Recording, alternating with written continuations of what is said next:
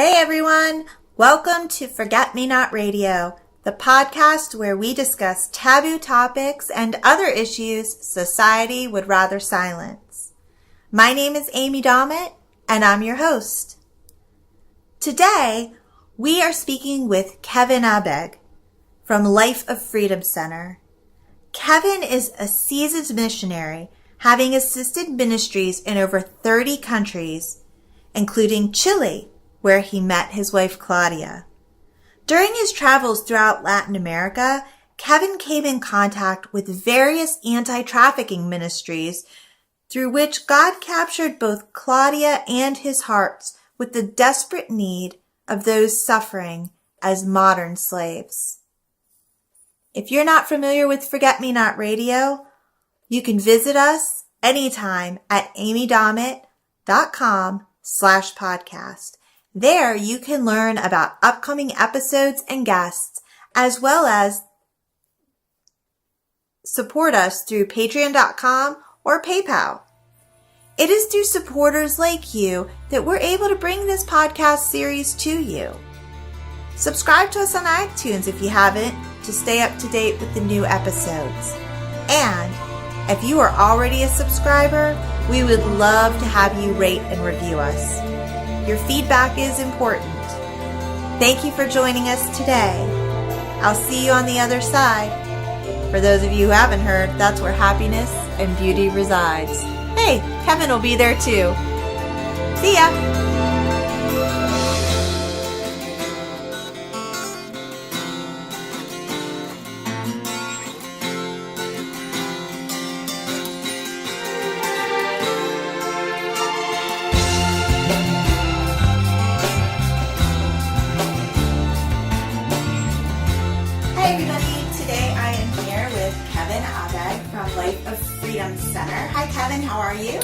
Great. Thanks for having me. Oh, well, thank you for joining us. And why don't you tell us a little bit about what Life of Freedom Center does? We'll start there. Life of Freedom Center is, at its bare bones, a network.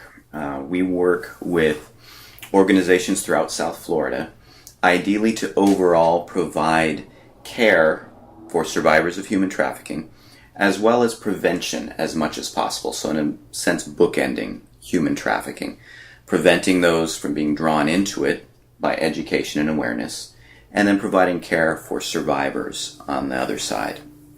As I said, we focus on being a network because we don't want to exclusively try to just develop our own product.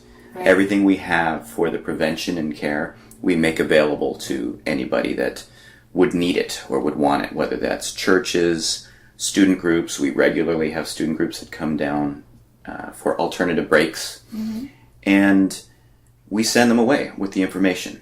We encourage them to start their own programs, whether it's on campus or whatever part of the country they're from. Nice. So we bookend what we would call trafficking. We don't perform the rescues, but we assist as people are coming out of it. That's awesome. I actually spoke with somebody recently, Somi Ali. I don't know if you're familiar with her, but she works for an organization called No More Tears, and she actually works to get people out of domestic violence situations as well as human trafficking. So it's interesting to see, and that's part of the reason that we're having this podcast, is to see all the different resources that are out there and how they complement one another. So why don't you, let's just start at the beginning and tell me a little bit about who you are and what brought you to Life of Freedom Center and what it is that you do there and all of those interesting pieces. Well, it can sound like a convoluted story, but I am from the San Francisco Bay Area, East Bay. Grew up there with a family that raised me in the church, really enjoyed summer missions trips. Part of that was my family raised me as a traveler.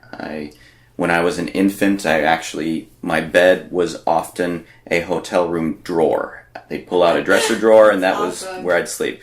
When my sister was born, I got the closet, so I was kind of closeted for a while. Yes. But I grew up traveling, and so in high school, started going on summer missions trips. My first missions trip was for 3 weeks to the Yucatan, and we did some construction work, held a vacation Bible school for kids there. And that just was in my blood. I really enjoyed. I enjoyed the travel aspect, seeing God's creation, learning about different cultures.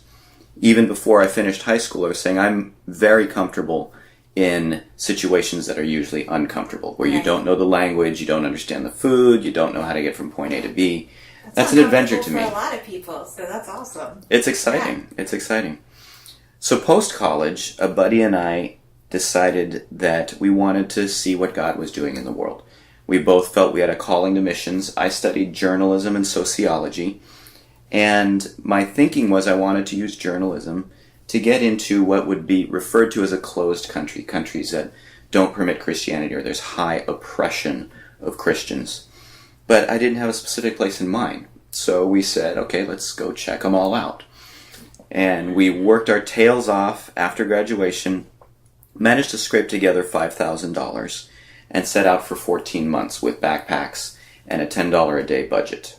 I was going to say on 5,000, that's okay. That doesn't take you very far, especially these days. Far. So we had $10 to cover transportation, food, and lodging. So most of our lodging was our sleeping bags, and we often were next to railroad tracks or in just campgrounds and things like that. But we went through 23 countries and visited missions agencies in all of those, just to see what people were doing. Everything from medical care to orphanages, setting up camps for inner city kids where they could, in Kenya, they could go out to the valley and take part in a summer camp. Just amazing things. During that time, actually the beginning of my journal actually says I wanted to go everywhere except for parts of Siberia and Cuba. Those are the two countries I said I had no interest in. So you did have your limits. And it's in my journal right here. So as we were traveling, though, part of our journey took us through Russia, went through the Ukraine, through Bulgaria, Czechoslovakia, Romania. And at this point, this was in the late 2000s. Early 90s. Gosh, I'm old. This was the early 90s, right. And these countries were emerging out of communism. And it just broke my heart to see the struggles they were going through.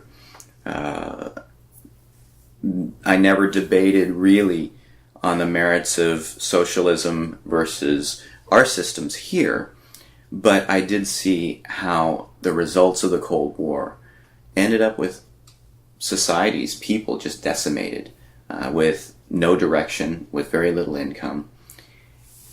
And within that, since we were visiting the church, we started noticing that the church was really one of the areas that was providing hope for these people. Often the network within the church provided occupation, a way that they could work and earn and sustain their living. So that drew my interest to begin with. Following going through these countries, right about the time we hit Turkey, Time magazine came out with a whole issue on post-communist countries, which just fascinated me after having seen this firsthand. Right. And one of the articles was on how the Castros, Fidel at that point, was determined to power ahead.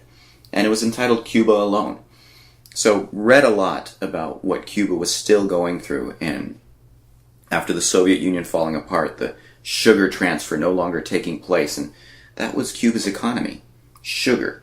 Now they didn't have a market to sell it to. And so the unemployment just went crazy. There was one small side article about the church in Cuba. Time magazine, secular magazine, but identifying that the church was one of the hopes that the Cuban people had because of the social network, the essential freedom. But there was a cost, because officially the Cuban government still held that the church was anti-Cuban. So I found myself just weeping over this article. After seeing what I'd seen and then seeing what they were still going through, my heart broke. So we continued on this journey, got home, was back in the U.S. for about 2 years, looking for any and every way to work in Cuba. Officially, on paper, the U.S. and Cuba were still at a state of war, going back to the Cuban Missile Crisis. and the belligerence on both sides. It was a spitting match, really. So there was no official way to enter into Cuba, unless I wanted to join the CIA, and that wouldn't really help. So a pastor of the church I was attending approached me and said, would love for you to serve in one of the countries that you know. We have missionaries in Chile. Would you consider, I know you're focused on Cuba, would you consider going there, learning more about the Latin culture, and helping us plant a church there? We're working alongside of a Chilean church that's invited us to come down. So I took him up on it. Signed on for a year, ended up staying for 4. A year and a half after my arrival, I married Claudia. She was somebody that I see through her history how God had just protected her for me. And she became my insight into the culture, my private language teacher to this day. Yep. And actually, my first trip to Cuba was from Chile, where when I first arrived there, her pastor, the guy that I was working with and planting this other church, he said that my impression was, who's this crazy gringo that wants to go to a country that nobody wants to go to, not even Latins, We'll go there for a vacation, but to minister? Well, after 3 years of just sharing my heart, he became convicted. Didn't let it go. Oh, no. You didn't let it go. You were determined. He said, we need to send an exploratory team. Would you head that up? So my wife and I, along with one other missionary, another pastor, and 2 other church members, spent a month just exploring Cuba, visiting churches, getting to know the culture, getting to know really what they were suffering at that point. And that solidified it for the both of us. So we finished our time in Chile, moved back to the San Francisco Bay Area, went to Golden Gate Baptist Theological Seminary, really not because we wanted to get ordained, but because we wanted to have something to offer the churches in Cuba, to come equipped. They were well educated. They were biblically literate. They spend a lot of time in Scripture. And we wanted to be able to assist them in that. So from there, we joined an organization as Latin America Mission missionaries called Echo Cuba, humanitarian aid organization. And we were working with approval of the Cuban government, bringing in powdered milk and working with churches in eastern Cuba, the most poor section of Cuba. Further away you get from the Havana, the less material resources reach that part of the country. So we got to work there, bringing in powdered milk, working with these churches, bringing in theological education, helping train pastors, which were usually men who just felt called by a conviction that God called them, but had never had the benefit of any education, really. So we bring in theological education. Did that for a number of years, until really what happened is some of these churches started publicly thanking us, saying, thank you for helping provide for us. Well, in a communist scenario, that's a no-no, because the government provides everything. And the official party line is there was no needs in Cuba. That started a chain of events that resulted in me getting blacklisted, unfortunately. So, at that point, my head was spinning. I really was asking God, you called me to this. It was painfully obvious. Why would you close this door now? And so my wife and I took some significant time just playing and wrestling with things. We were still working with Latin America Mission, and I was assisting the director of international partnerships because I spoke Spanish well, I knew a lot of the countries, and was able to assist him. He ended up moving on to something else, and that entire batch of partnerships got passed to me, which was overwhelming to begin with. It was over 200 organizations, from the largest hospital in Costa Rica to a very tiny church in Honduras. Everything in between. Yeah. And required a lot of travel, which was hard because we had 2 little boys at that point. But I loved it. I loved working with people. I loved seeing, as from the very beginning in my journey around the world, seeing what God was doing in the world, rather than relying on the news to tell me the bad news everywhere and every place. The news is never fun. Oh my goodness. So spending time with people that were working with people who could share real stories. That's what energized me. And it got me away from being behind a desk too. I'm not a desk person. I can relate. Oh my goodness. It's just that's what kills me. Sitting here at the computer. Relating with people is what energizes me. One of the partnerships was in San Jose, Costa Rica, called Asociación Rahab Association. And that was really my first true introduction to human trafficking. They'd been functioning for many years. Didn't hurt that the director was Chilean, so we had a connection there already. And learning what they were doing, where they had dropped themselves right in what would be called the red light district in San Jose. San Jose has an interesting balance where, prostitution is not officially legal, but there's a certain zone that it's tolerated in and stays there. It's fine as long as there's checkups. There's this kind of interesting arrangement with the government. Well, Asociación Rahab has essentially a compound there, 3-story building, and what they do is they provide education for these ladies, primarily ladies. And that includes everything from computer skills. They've got a room full of computers that were donated. Cooking abilities. They have an industrial kitchen set up. Training them to work in restaurants. Training them to cook economical meals at home. And everything in between so it can be employed. Excuse me.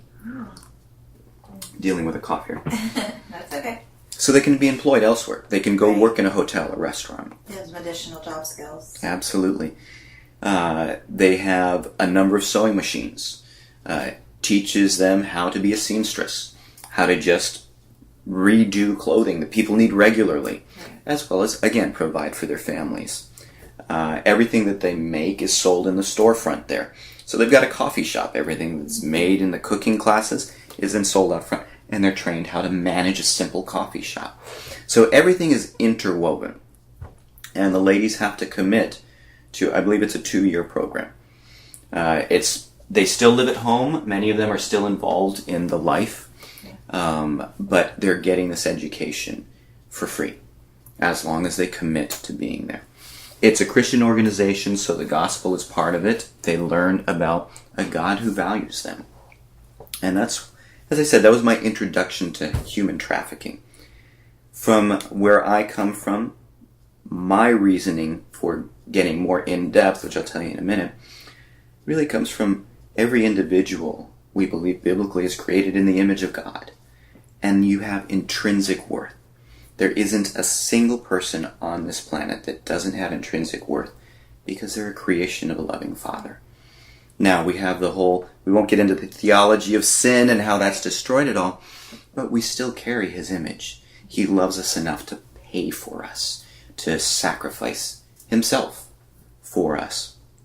So understanding that makes me look at not only those who are being victimized, but the pimps themselves in a different way. Does that mean that I think that they're doing good? By no means. We call evil, evil. But I started looking at this whole scenario and seeing human trafficking, modern day slavery, really exemplified in Scripture. We've all heard about the story of Moses, the 10 Commandments, the Israelites being brought out of Egypt where they were slaves, they were being murdered. Whether you go back to Charlton Heston's 10 Commandments or, the cartoon, The Prince of Egypt, what that's showing us is there was slavery in God's chosen people, and He brought them out of that with a purpose. The interesting aspect, though, is if you go a little further back to Joseph, we've got Abraham, Isaac, Jacob, and then we have Joseph, who was the first one sold into slavery by his own brothers into Egypt with God's permission. That's crazy. Why would God allow somebody to enter into slavery? Well, we see that within that context, within Egypt, within captivity, God raised up His nation, the Israelites. They didn't exist. They were a family before when they entered into Egypt. When they exited, they were a nation of millions. So, does that mean slavery is good? No. But does that mean that God has, within this line of evil that is perpetuated by sin, a purpose? So I look at those who are victims of slavery, of human trafficking, modern-day slavery, and there's a redemptive hand that's available to everyone, including the pimps. Right. If you've watched any documentaries that include former pimps, many of them are now fighting for anti-trafficking laws. They're running ministries to care for those that they abused in the past. Unfortunately, it's a minority.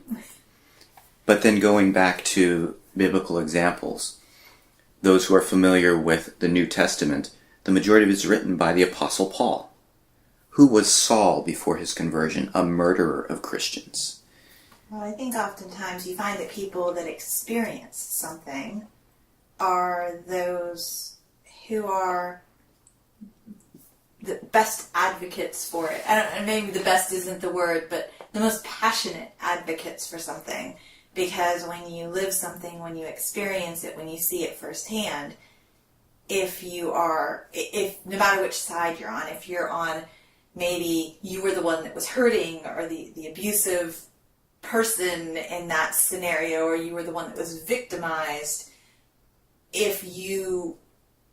especially if you find people that are truly abusive individuals who turn their lives around and advocate against it, that say, it gives insight to the community at large as to why those things take place. You mentioned something, so I want to go there. You mentioned that you were working in like the red light district, and you were dealing with prostitutes. Now, somebody that's hearing this might go, what does that have to do with human trafficking? Because human trafficking is what we see on, the dark internet, or, we see in these little snippets that make it out to the media where the girl is, handcuffed and chained and being sold at auction.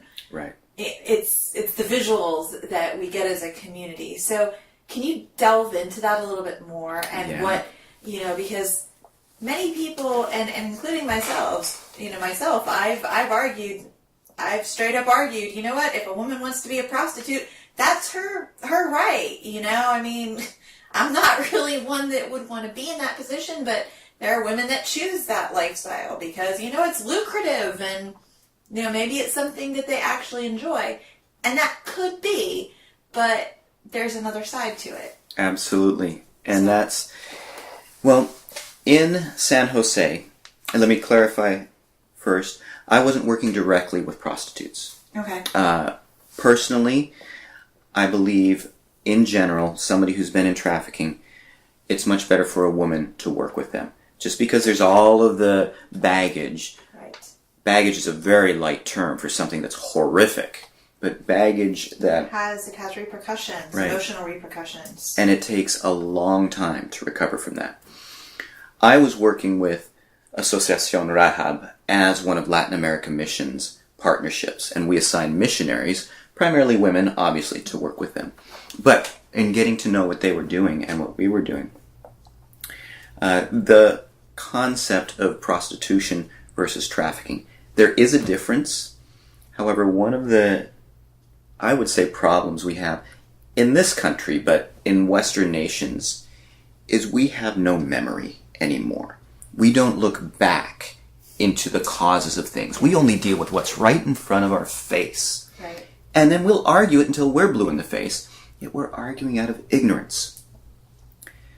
I have yet to find somebody who said, when I was 15, I woke up one morning and said, I think I want to sell my body for money because it seems like a good idea. Exactly. I want to deal with diseases. I want to deal with abuse. That sounds wonderful.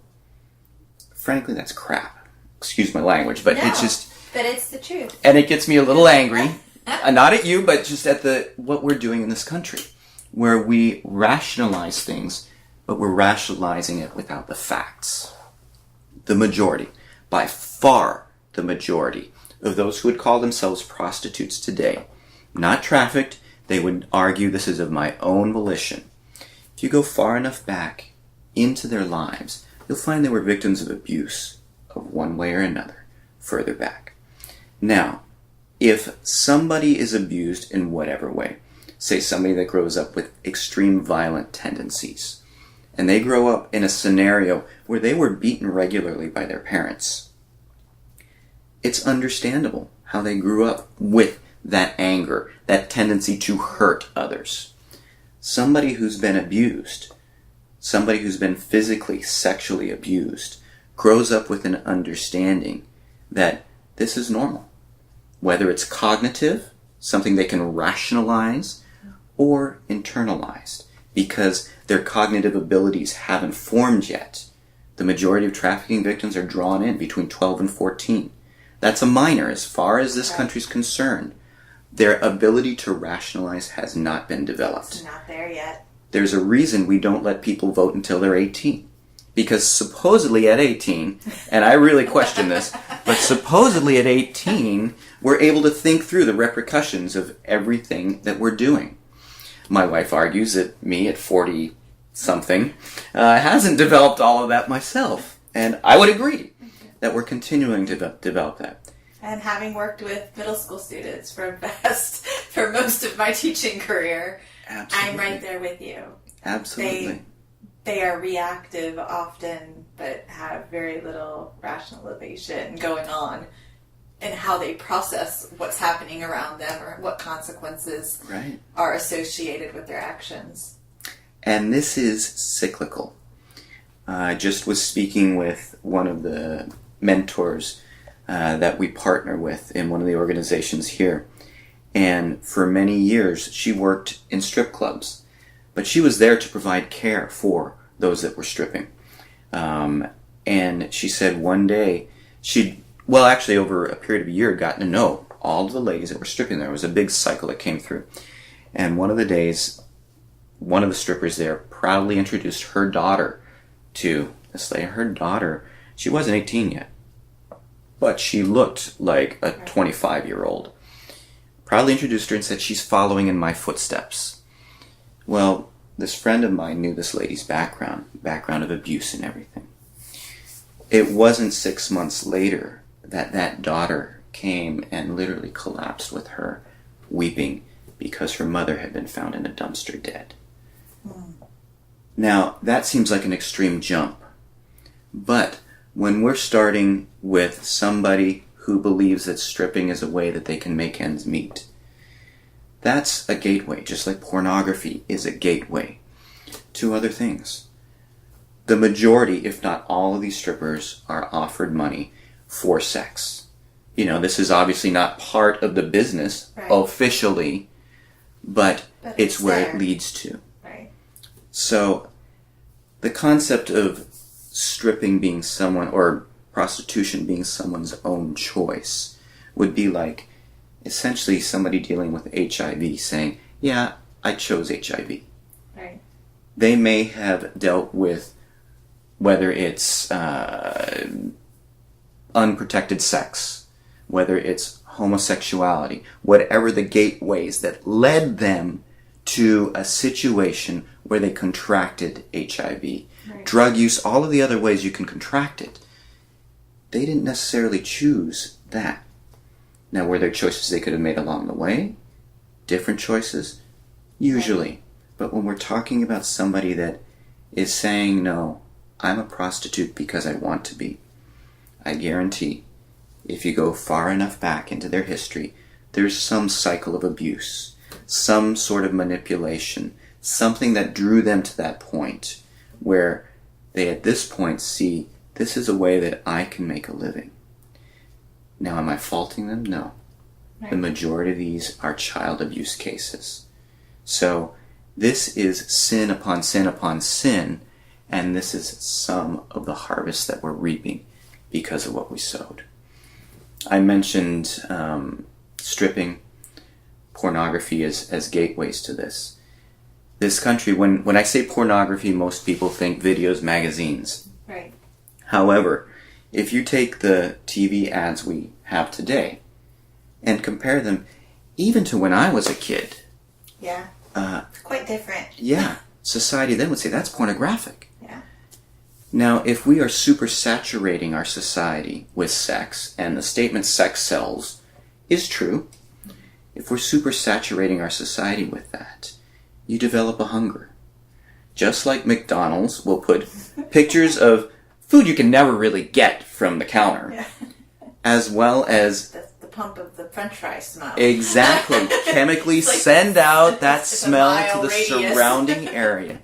They're doing that for economic purposes. It's a sales means that triggers more than just your eyes. Well, we have that as far as sex is concerned in all areas. One of my presentations, I've got mayonnaise commercials that are selling with sex. You know, things that you would never associate with sex. That everything is that's sexualized. The way to sell. Well, when you create a hunger, it's going to need to be fulfilled one way or the other. And so we, again, as I said, we don't have hindsight. We don't look into people's history. We don't look into this nation's history. Okay. But neither do we look forward. What are the repercussions of what we're doing? And what we've done is created a hunger that has now developed into a psychological addiction, an emotional addiction, an internal chemical addiction of the release of certain chemicals, where if I don't feed that addiction, I don't feel right. Right. No different than the drug addict. So, well, addiction spans all kinds of things. We don't talk about it as much, but, you know, I mean, here I sit with my coffee. If I don't have this every morning, you amen, sister, as I sip mine. You don't want to be near me, right? So it's, you know, addictions are across the board, and some have obviously much more telling signs than others. You know, right. we can say, okay, this is okay because it won't kill you, but who knows? Right. We're all going to find out later.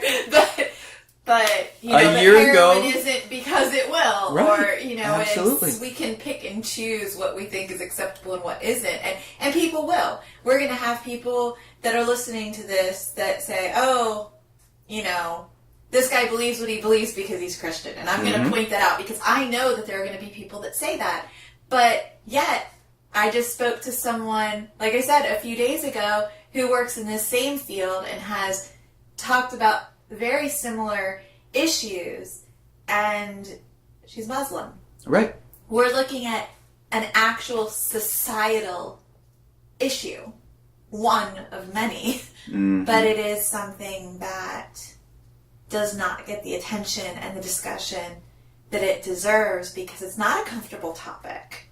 And it's something that we don't like to look at because it doesn't look pretty. It's similar to being older, AIDS in the 80s. Yeah. Where that was a taboo topic. Right. That people were terrified to discuss it, and they thought they were going to get it by somebody sneezing on them. Right. You know, there was not understanding. Thankfully, we're getting to a point that there's at least more communication about it. Definitely. Less and less, when we do a presentation, people are associating human trafficking with the movie Taken. Was that it, Taken? Oh, yes. Yeah, Liam Neeson. I really like that movie, but I can see where that would throw a wrench in people's perceptions. Right. Where it's all about that, and the way you solve it is you get Liam Neeson with his guns a-blazing, and you go rescue the daughter, and then everybody's happy in Taken 2. We need solutions like that. Yeah. Yeah, I was amazed at how quickly she recovered from that whole ordeal. And then stepped right back into it. Yeah. But that's Hollywood. But, of course. And it was you notice, even though it was a separated family, by the end of Taken 1, they were a happy, cohesive family. That's not reality. Right. Touching on another point, is why would a U.S. trafficker import people, bring them in from another country, when there's so many broken families, so many youth who are easily manipulated, just looking for love, looking for somebody to care for them here. And you have to spend pennies on the dollar to draw them in to a trafficking scenario. So there's a lot of misconceptions out there still, but they're decreasing, thankfully. And part of that is communication. Like now, Definitely. The concept of AIDS isn't scary anymore because we have scientific understanding of it. Right. We have social understanding of it. Education is power. Right. I often take it back, and this is a very weak example, but in the 70s, this country was a trash heap because people would just chuck their trash out the window. Nobody thought it doesn't matter. Why would I keep this McDonald's, not picking on McDonald's, but why would I keep this bag? I think you have a vendetta. Yeah. Why would I keep this bag in my car when I could just toss it out the window and I'm done?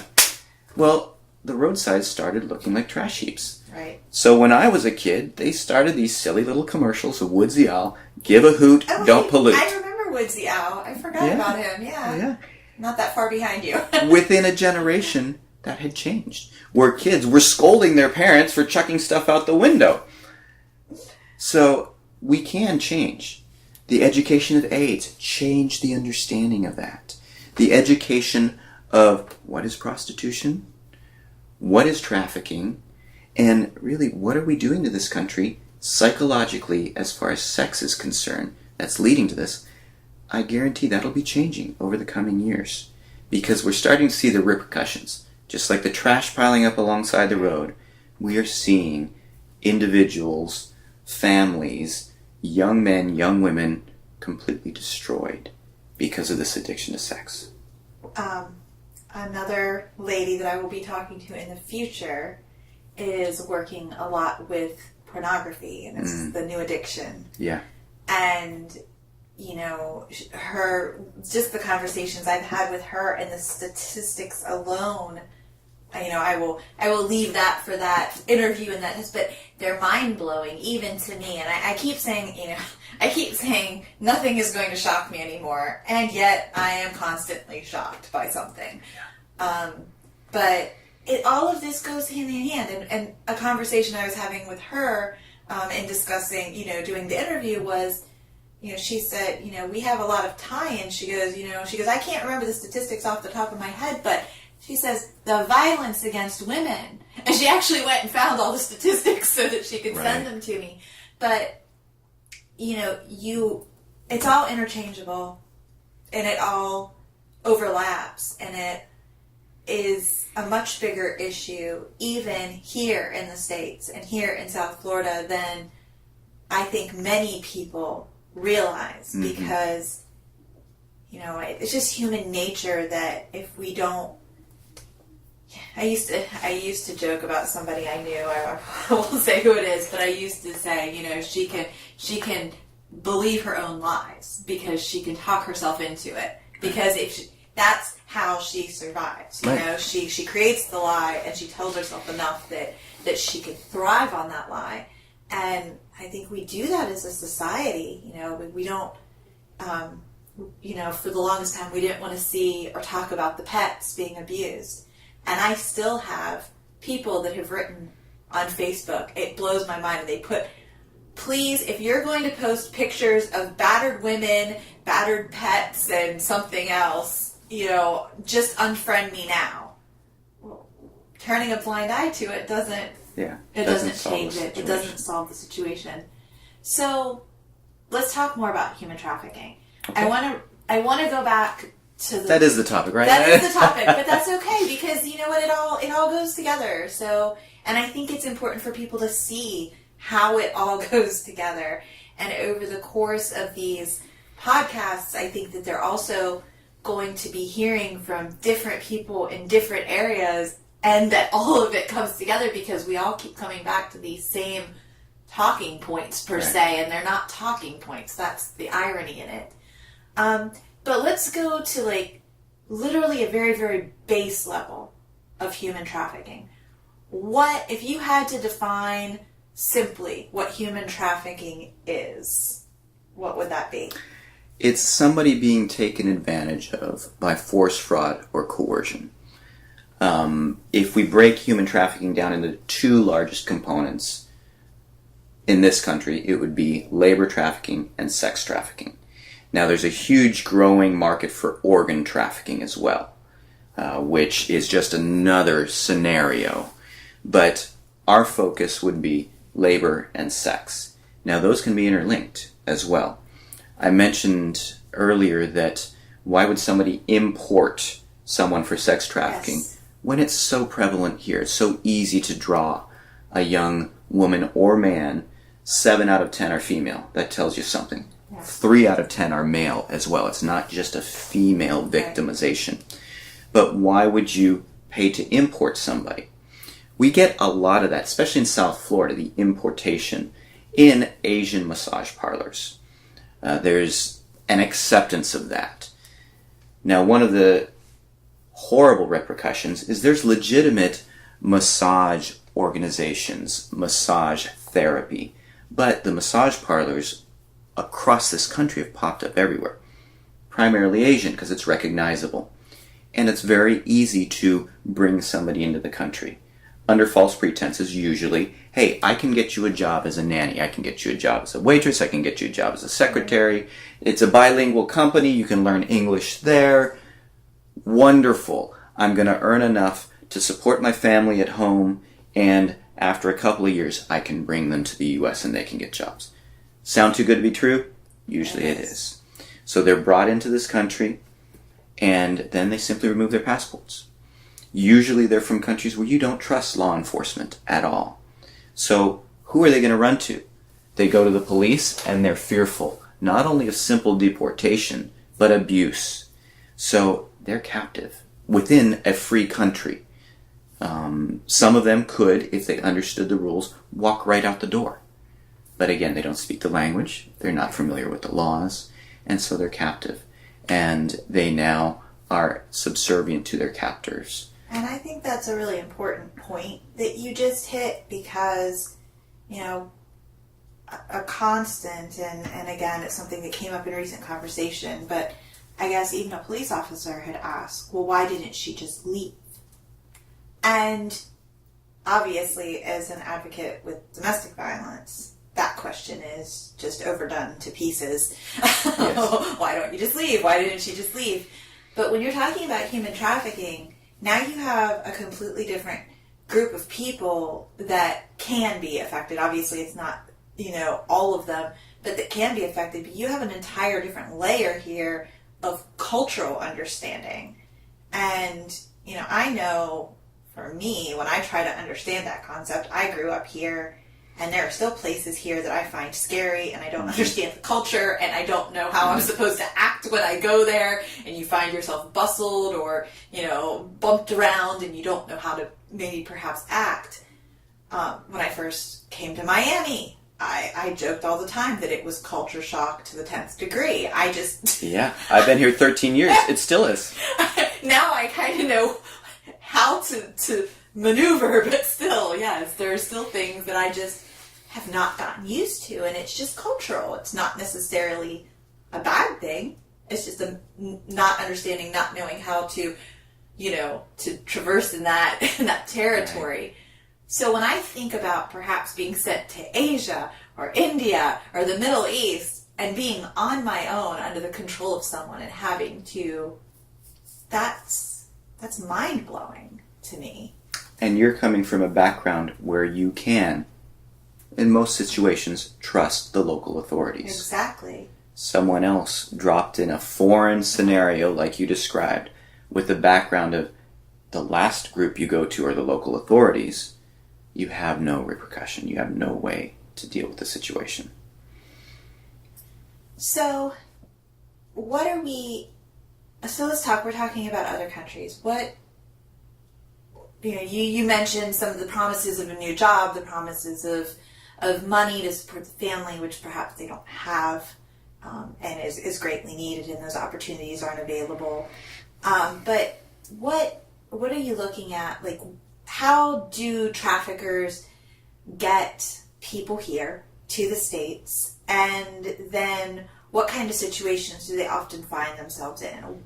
Besides the obvious trust issues and cultural issues, what other issues do they run into?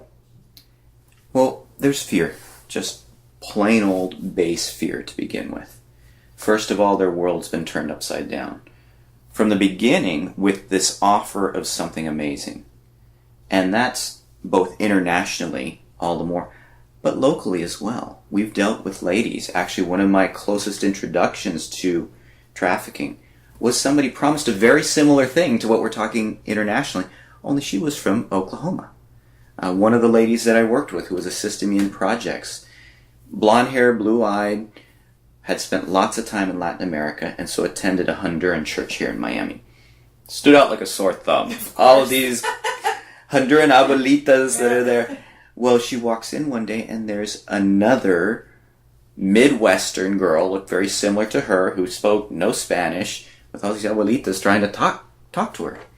So my friend steps in. Yeah. If you understand or not, they do absolutely. that. My friend steps in and starts translating, and found out that, she was from the Midwest. She was a waitress, and some guy had come in, well-dressed, spent a week at her booth, tipping well, flirting, having a good old time, and at the end of it, simply told her, hey, I'm here on business. I manage restaurants across the country. I'm always looking for good employees. I've seen the way you work. What would you think of coming to New York and managing my wait staff in one of my restaurants? I can guarantee you 4 times as much as you're making here off the bat. Have a place for you to live until you get on your feet. But you know what? I need you to leave with me tomorrow. Too good to be true. And it was.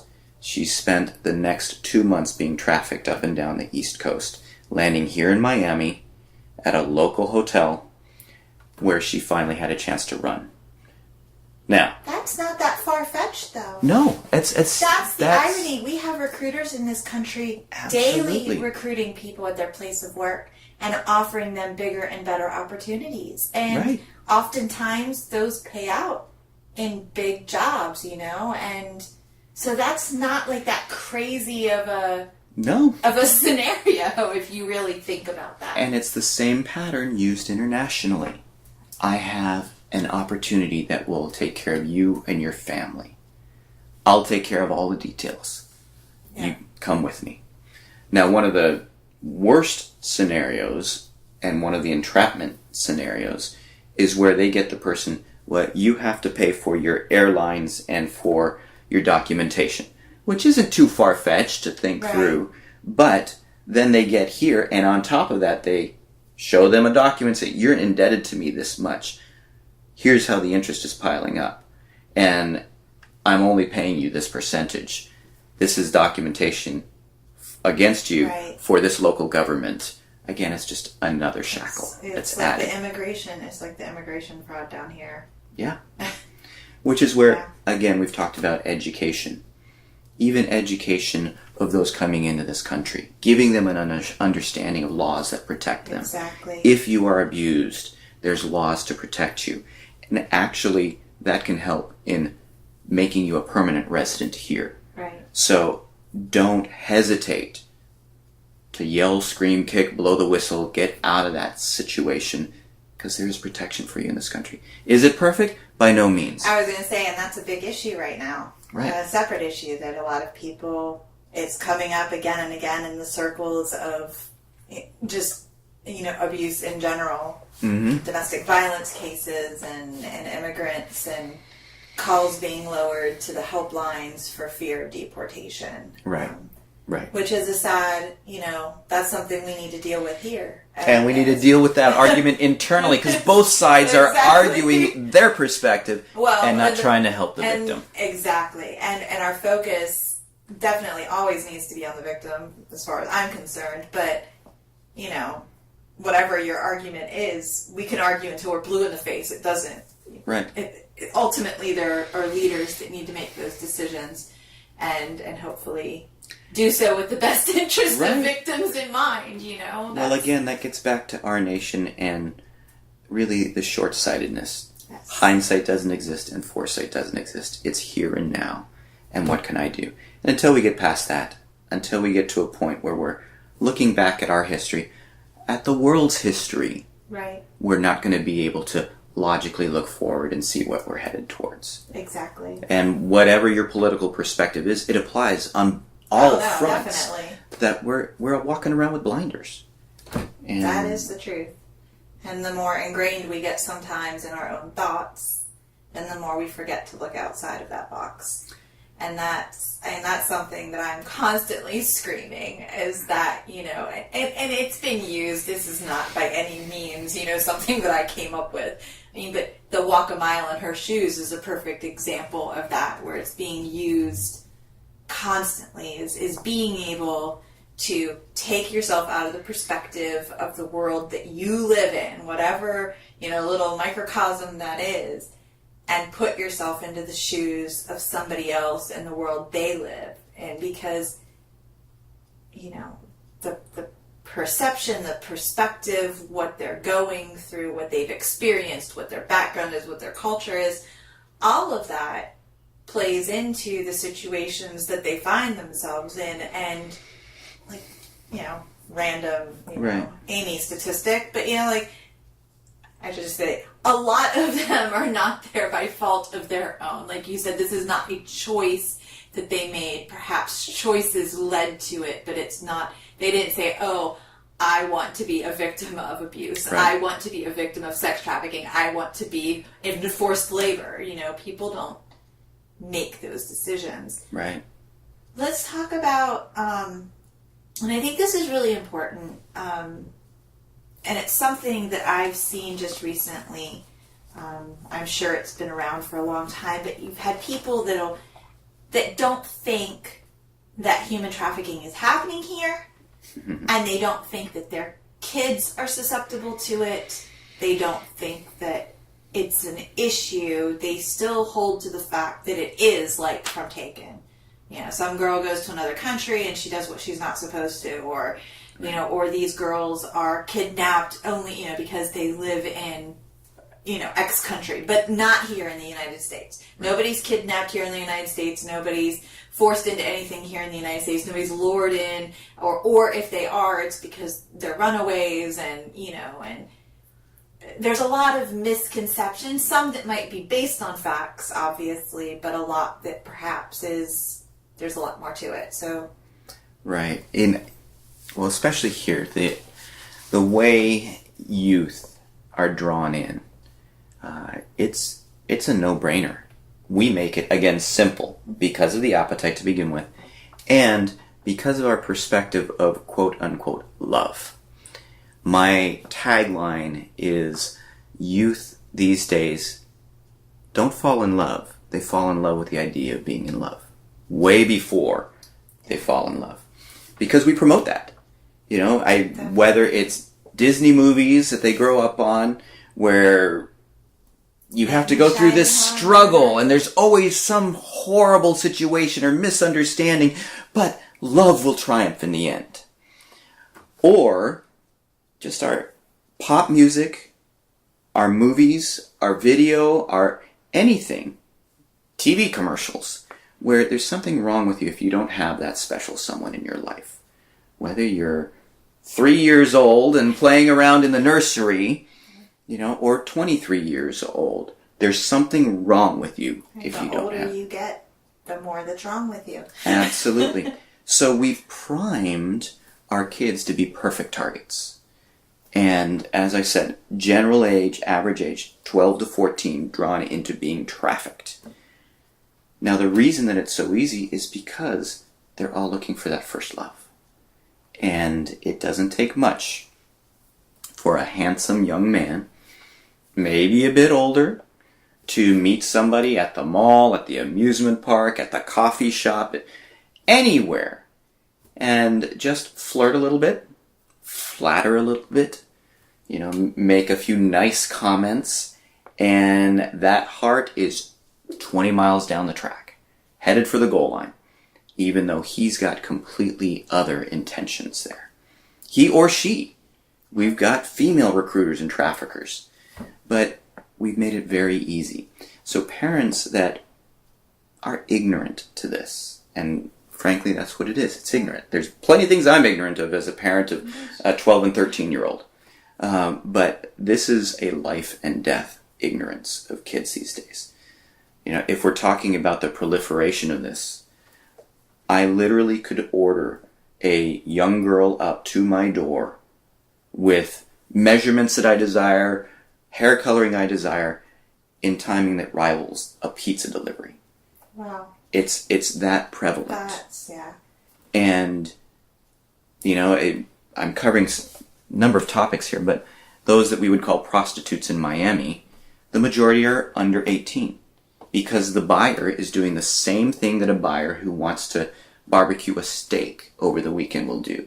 They go to the supermarket, they look for something fresh, something young. They don't knock on the window and say, "Hey, butcher, you got anything a few days old back there that's kind of graying around the edges?" They want something that they know would have less chance of disease.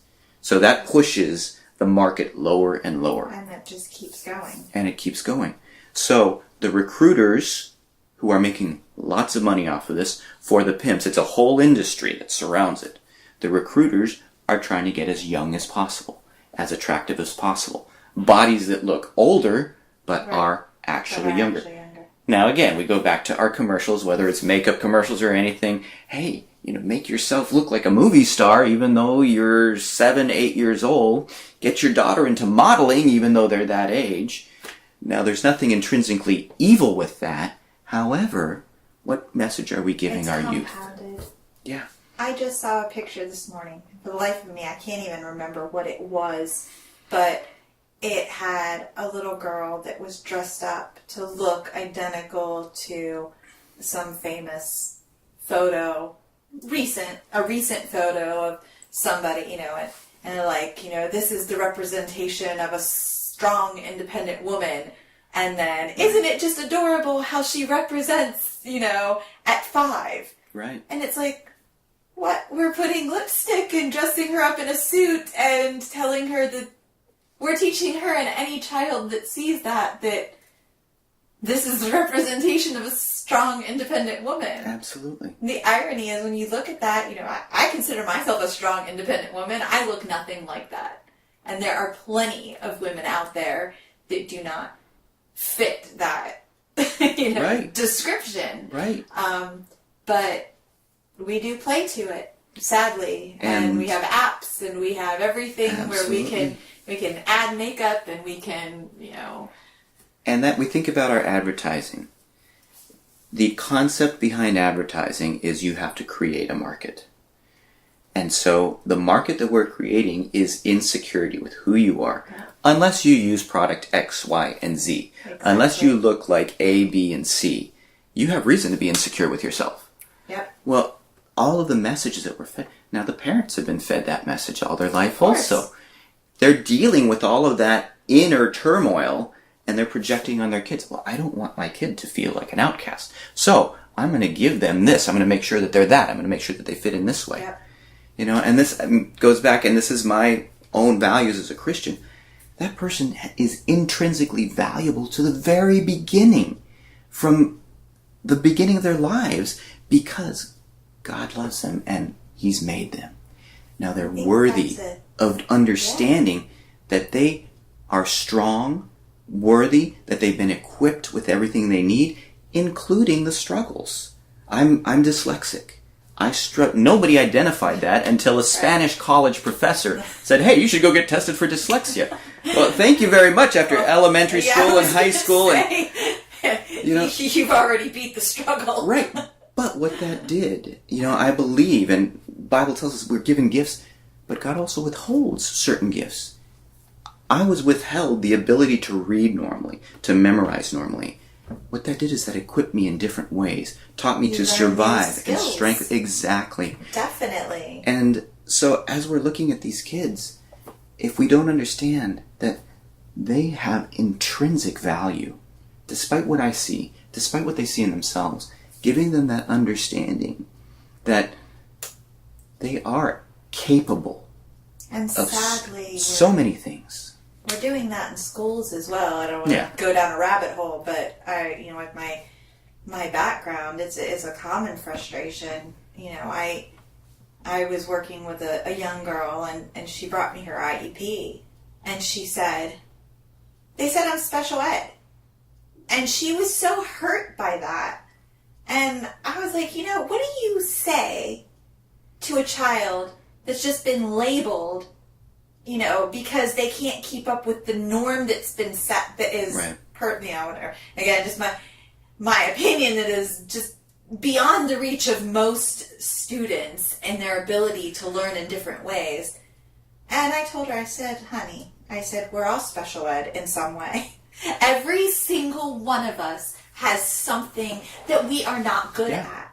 And they just happen to label yours, and that's all it is. It's a label. It's like a sticker. I said, peel it off, move on.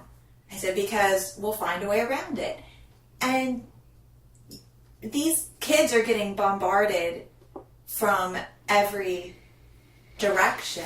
And adults as well. As someone who came from an abusive past, not my family was wonderful, but my husband was very abusive.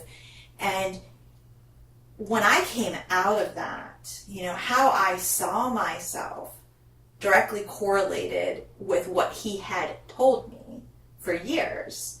And that knight in shining armor guy, the sweet talker, and I moved to Miami. So if people are familiar with Miami, we have lots and lots and lots of, Don Juans and sweet talkers, and even if they're not into you, they're sweet talkers. They talk. Right. So it's exactly, as you said, it would just take one smile or one, flirtatious comment, and I would be hooked. And I wasn't a full-grown adult. Right. I was 31, 32 years old. But I, can't imagine if you start peeling back the layers of individuals. Yeah. That maybe were abused as children, or were sexually abused, or were physically and verbally abused by people that love them, or were simply neglected and didn't have that love, that craved that love. You add that to just all the normal things that kids face and want and crave. They're such easy targets.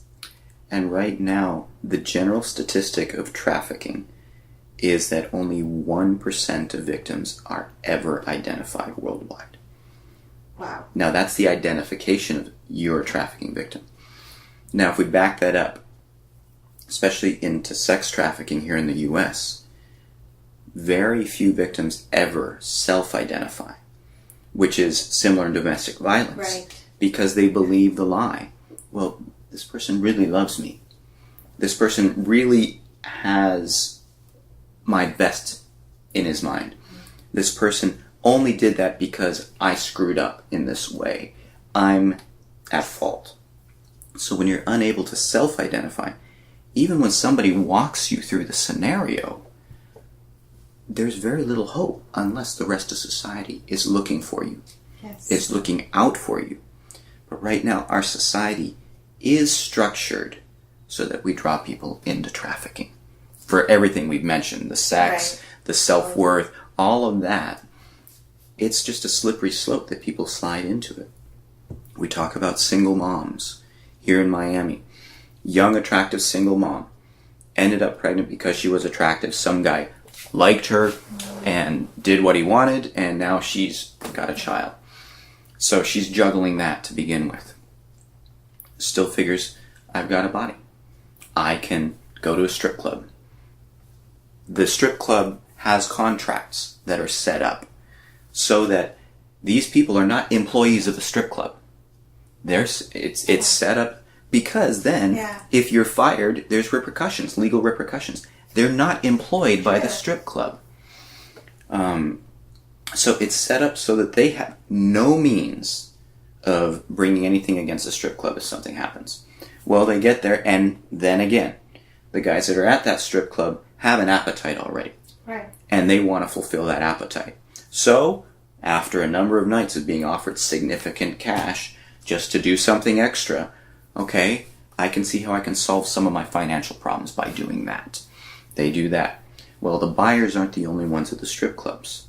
The recruiters are there as well. Where are you going to go recruit? Where there's desperate young women. So, they're there. They're observing how this goes. They start then approaching, hey, I can provide you protection. I can provide you help. I can provide you clientele. You can make this looks even more attractive. Right. So it becomes a slippery slope.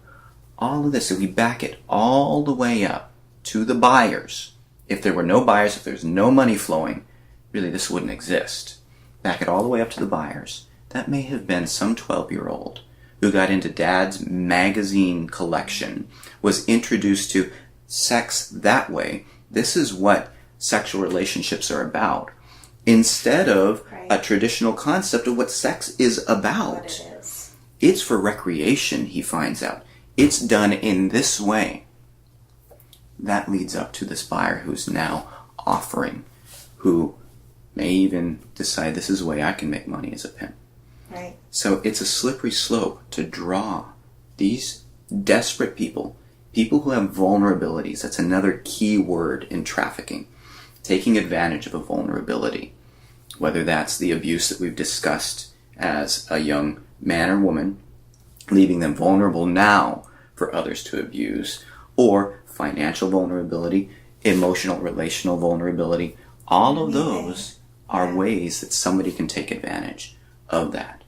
And it doesn't take much, really, because when you're vulnerable, you're usually not aware that you're vulnerable. Definitely.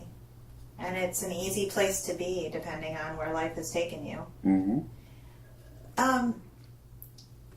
We're talking a lot about Miami, and Miami is a hub.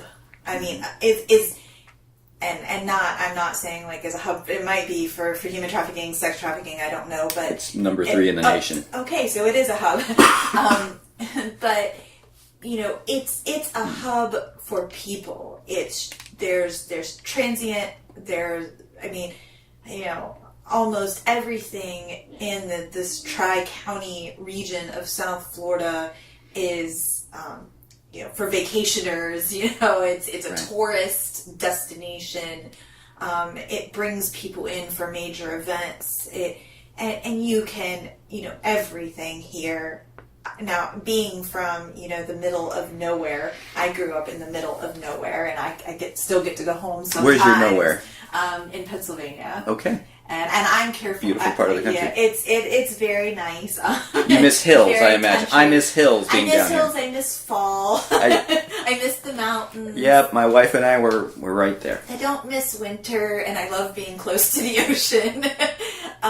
And I'm an outdoorsy type, and I don't like the cold, if that makes sense. So yeah, I'm not one of those ones that ever got big into skiing or snowboarding or that was anything me. I miss snow and because mittens. because I just freeze solid. So I do love the temperature here, but one thing that has always bothered me down here, and it's funny because I love those Facebook posts, the reminders of things that you've shared, is that there is so much sexualization, materialistic, you are nobody down here. And this took me as a female who worked in Miami for years, who had a lot of coworkers and friends who, were Latin, who grew up in this area.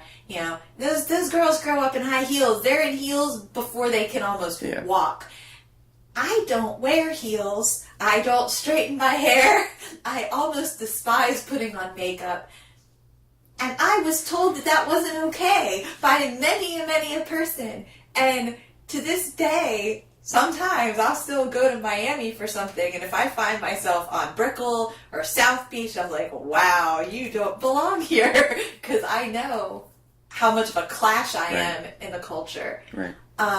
But this culture in general is highly sexualized. It's huge in the music industry. Yeah. It's fairly large in the movie industry.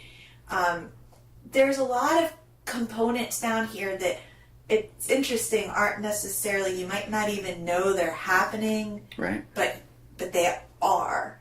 There's a lot going on down here. And then you said that we're number 3 in the nation.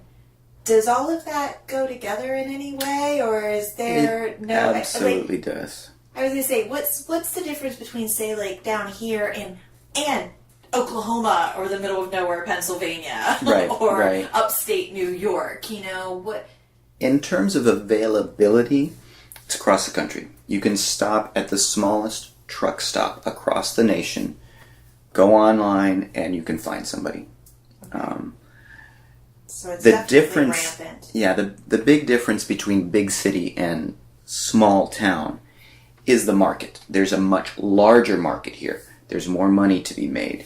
So there's the ability to have more product, in a sense, because you can keep your product moving. It's all about supply and demand. Just to take it down, not to be crass, but just down to the basic level, supply and demand.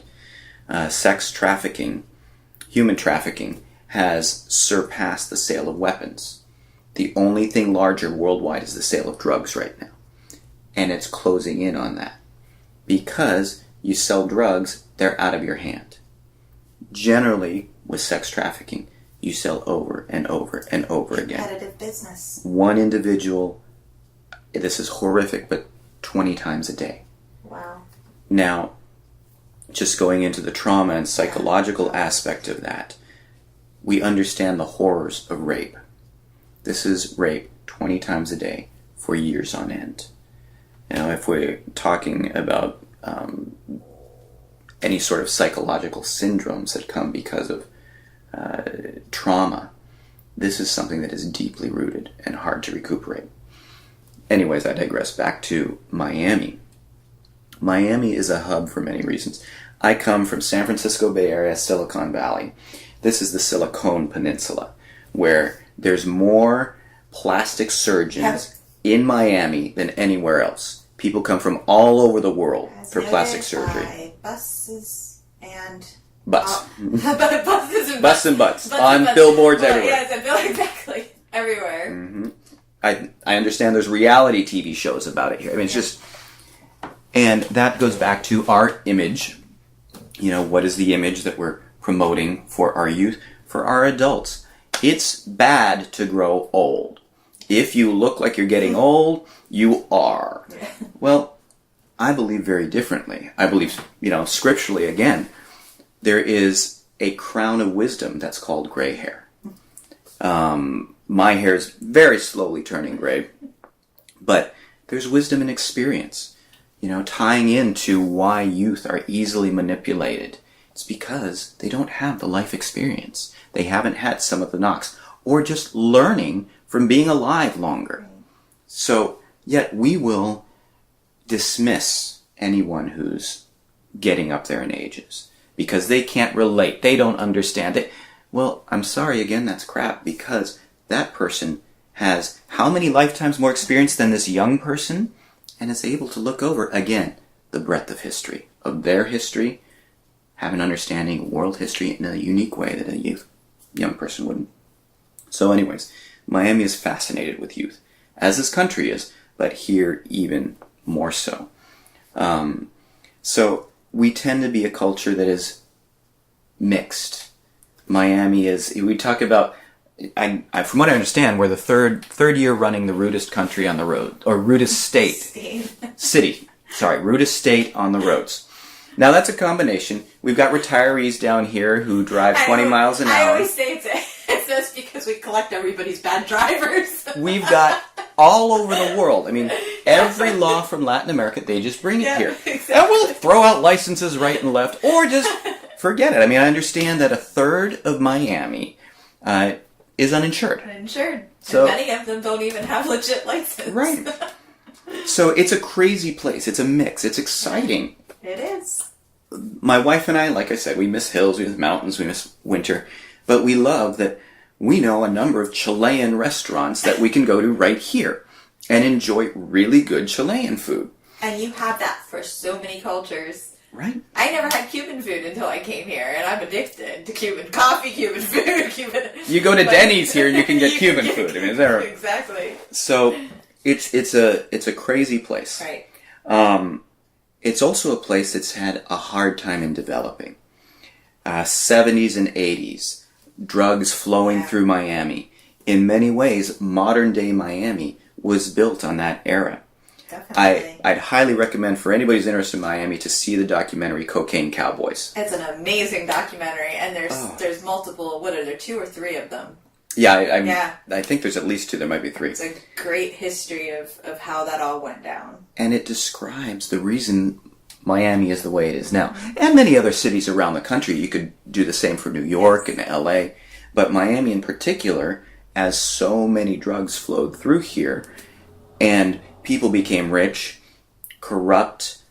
Part of that documentary shows how, in order to combat this, they lowered the requirements for law enforcement. Yeah. Well, law enforcement became inundated during that time. Which, how do you fight it when these guys are buddies, the law and the criminals? There was a lot of money changing hands. Oh, it's crazy. So, on top of that, mafia grew up.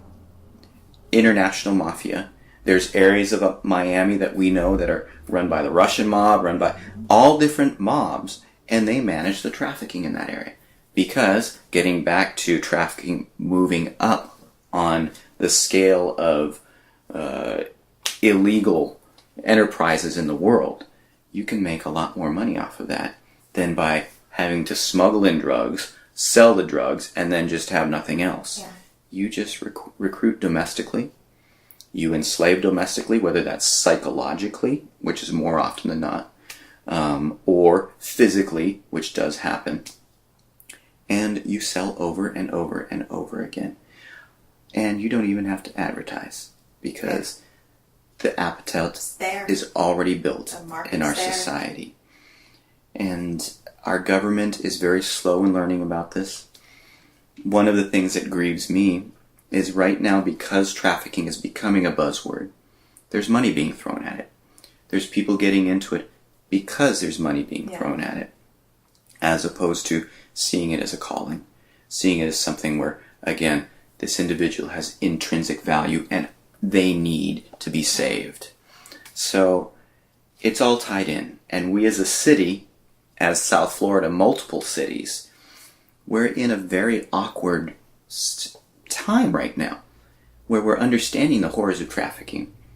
We're still dealing with some of the corruption that exists. We have individuals that are trying to do good, but even within the system, they're battling those who are making money off of this. Yep. And then we've got the appetite, where throughout South Florida, people are demanding sex. And it's not just male. No. It's female as well. And that is mushrooming right now. And younger and younger and younger. As I said earlier, that I don't think many things shock me, but even as I've been out of teaching in the schools for a while, as I come across and work with students and I hear what they have to say about what they're exposed to at younger and younger ages, it's amazing. They're not ready for that. No. And that's the recruiter's intent. Exactly. They're not prepared. I can draw them in. Tell me what it is you do to help victims. So the educational and the preemptive side of it, I think, is pretty straightforward. I do want to ask you a few questions about that and what people can do, but let's talk about how you actually help victims that end up in your path or in your organization. Right. That's varied. And the reason I say that is, again, victims very rarely self-identify. There's a number of things we do, part of which begins in prevention, which I'll touch on that for a minute and then get back to it later. One of the things we do is we train women, primarily churches that have a group of women that are dedicated to something already, that are able to work together, to reach out to the victim, where we show them where to go online to find those who are selling themselves or being sold. Now, I'm not going to share the places we go. I prefer not knowing, because that becomes temptation. Exactly. One of the things that we try very hard to is not just wave temptation in the face of somebody, because, again, if I'm craving a McDonald's hamburger because I saw one of their commercials, and someone walks up and waves French fries under my nose, I may kill that person for those French fries. So we're all dealing with this creation of appetite. But what these ladies do is they go online. They go to the actual ads where these ladies are being sold. There's been experiments. I've often seen speakers where they place a fake ad to their cell phone and set their cell phone on the podium as they're talking. And that cell phone goes off constantly. Wow. Of people just calling that ad. Wanting to get, hundreds of calls a day because of the demand. That's a great way to get the point across. Yeah.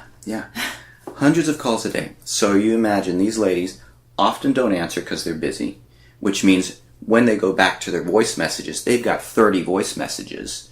It's that level of a demand, which is just horrific to think about what this incorporates. But these women that we train phone them up.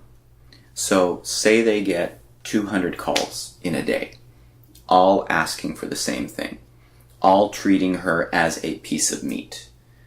Now they get one call, whether it's on the voicemail, whether they take it personally, and the person on the other line says, I'm just calling to see if there's any way we can serve you. Is there anything you need?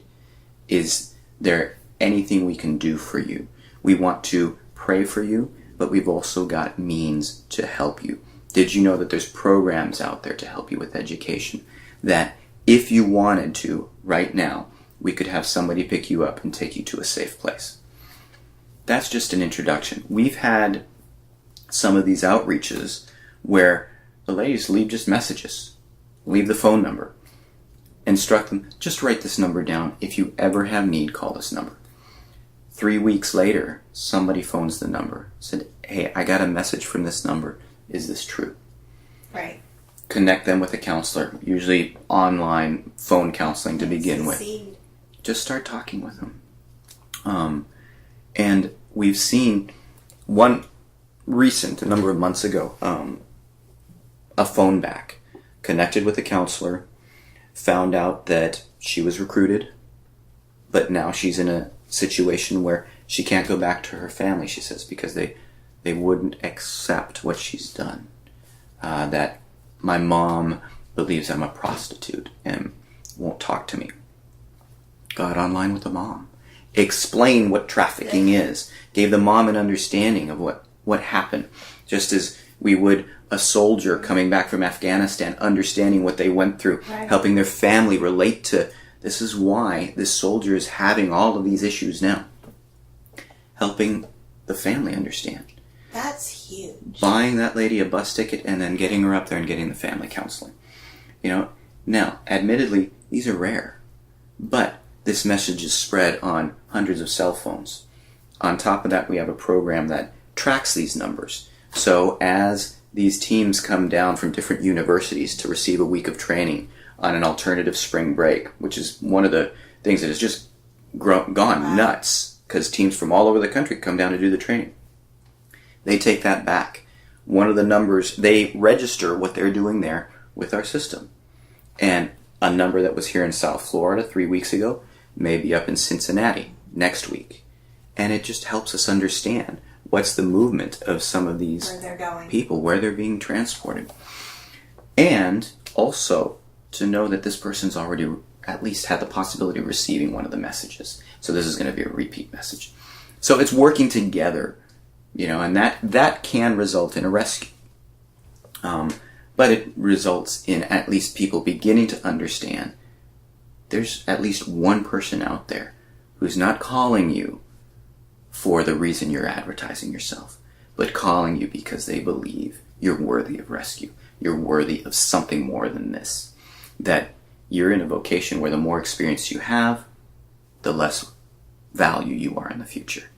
And the idea that they're hearing that, even though we know that the odds, and again, or we'll tie it back to the domestic violence, you go up to somebody and you say, I'm worried for you.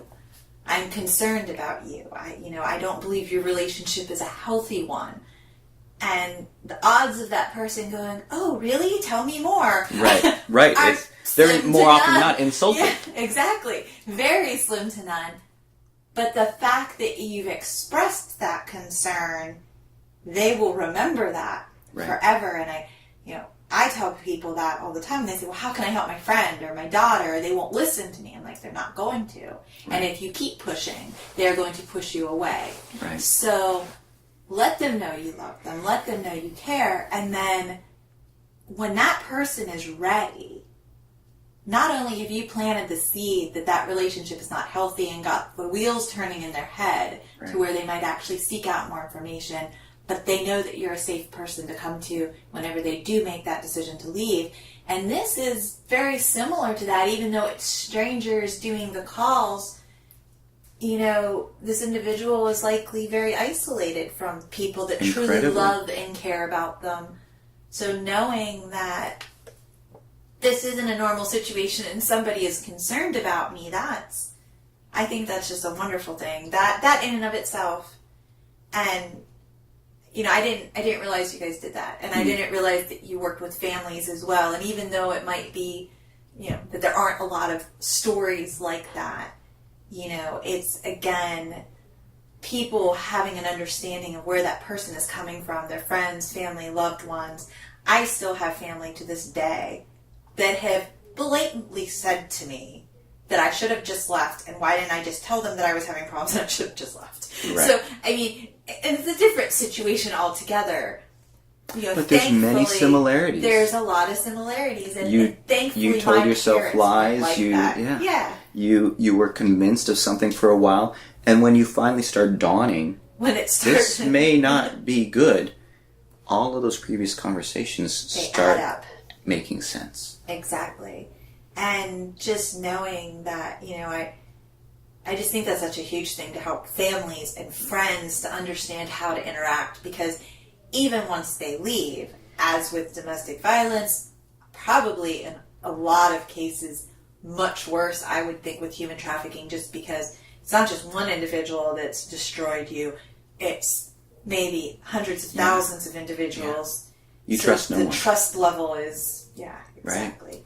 So having people that understand what you don't understand, that was another, and I don't mean to keep talking about myself, but I'm relating. It's directly related. It's directly related. And I remember saying to my mom whenever she would say, Amy, you need to get better.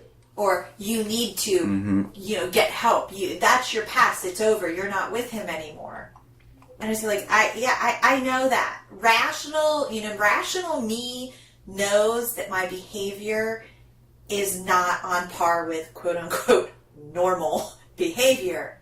But I don't know any different. Right. I don't know how to be any different. I don't know if I ever will. So please stop telling me I need to change. And having people that understand that you're not thinking normally and rationally, and that you have trust issues or PTSD, depression, anxiety. I can't even imagine the litany of things that comes from that type of abuse. Right. Is that in and of itself is, to me, just so important to recovery, whatever recovery is going to be there. So, and it takes a lot of understanding to manage that.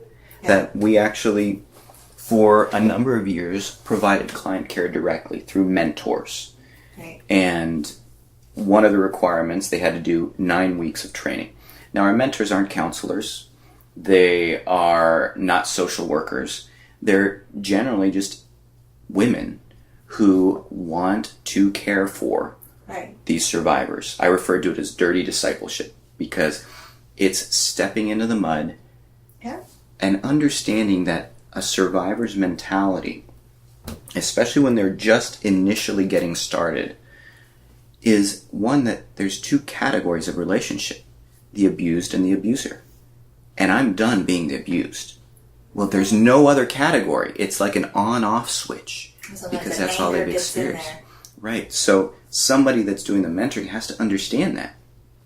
And the majority of those that we work with are Christians, and they understand that they're stepping in this, in a sense, as Christ did with sin. Right. I'm willing to take this because you can't right now.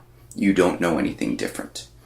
And so, as I said, we did that for a while, but then realized that this trauma goes so deep that we couldn't provide everything. And that's why I refer to Life of Freedom Center as a network. We work with Wellspring Counseling down here.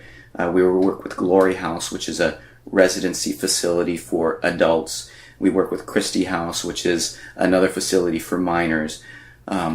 Any organization down here that can provide that. Barry School of Counseling, they provide assistance there. We find pro bono and low bono counselors that can. So that way we're not trying to do everything poorly. We can't. You can't do everything. But Yep. being able to work with all these other organizations that have their niche in areas makes it work so much better. And knowing that we're not in this together. You know, I think of... we are in this together. Yeah. Yeah. But that's another huge thing that nonprofits and organizations, like you said, you can't do everything. No. And when it comes down to, and this is one of the difficulties with nonprofits, there's always this battle for who's getting their slice of the pie. And yes.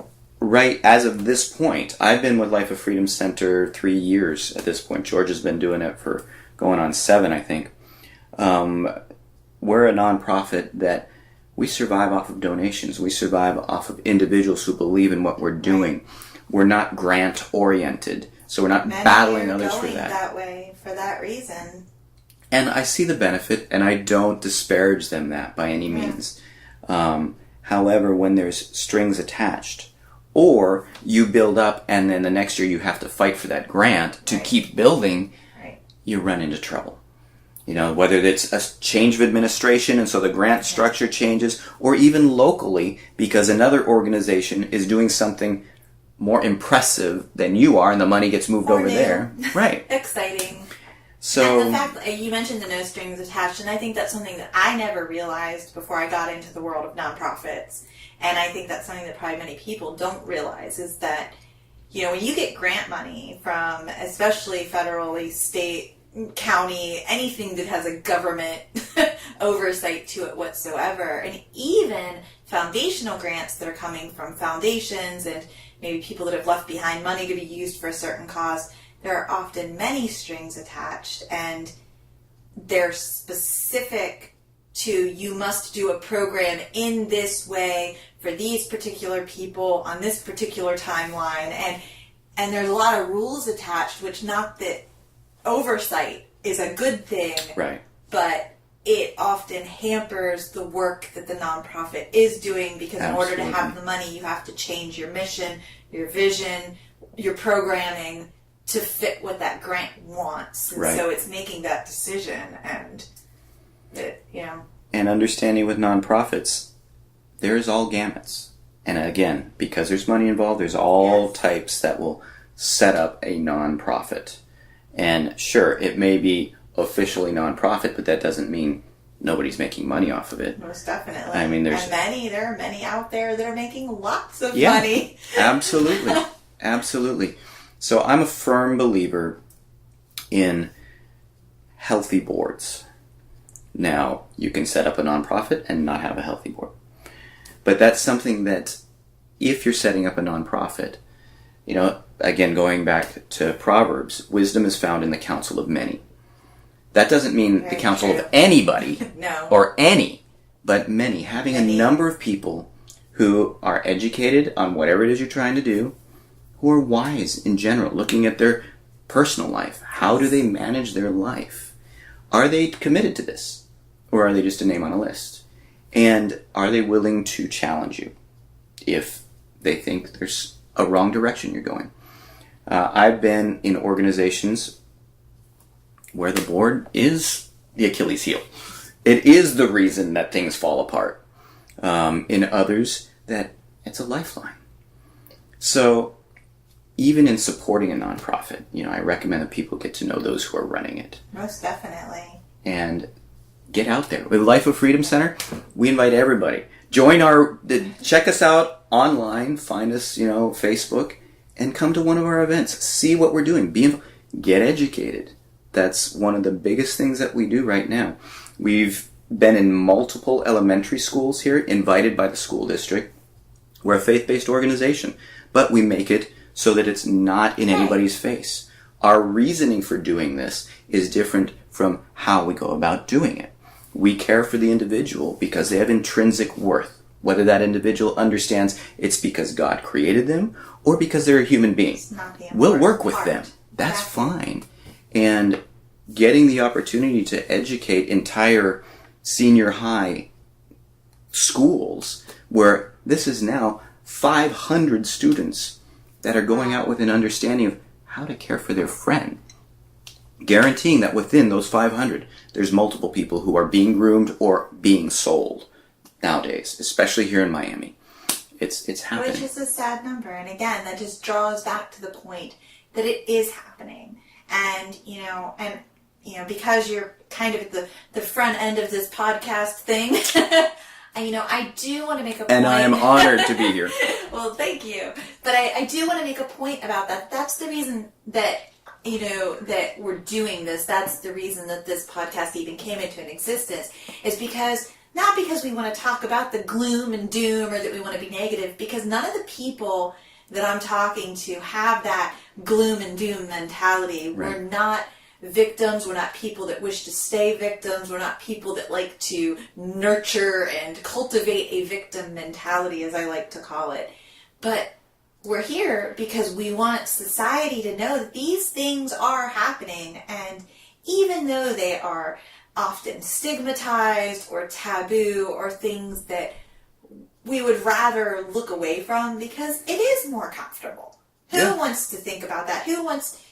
we talked the other day, I'm going to divert again, but we talked the other day about something, I guess, fairly new. I had never heard of it, but it was children that were being videotaped, and the people that are watching the online live feed are voting on what is to be done to these children, and for sexual pleasure. And so it's everything from being tortured to raped to even being killed. Murder. Yeah. And that to me is appalling. And the reality is, if you think that these things are not happening, right, or if you think they're happening on the other side of the world, or they're not. They're happening right here in your neighborhood, and I don't care if you live in Podunk, Pennsylvania, or if you live out in, the Midwest somewhere in the middle of nowhere, or if you live in a big city like Miami. These things are happening. Yeah. And it's up to us. I keep, I hashtag everything be the change again, stolen from I don't even know where, but, it's up to us to be the change. It's up to us to share these stories, to share what these organizations like yours are doing, and, Life of Freedom Center and No More Tears and Forget Me Not. We're just little pieces to a much larger puzzle. Mm-hmm. And I think that that's really important for people to know, that this stuff happens.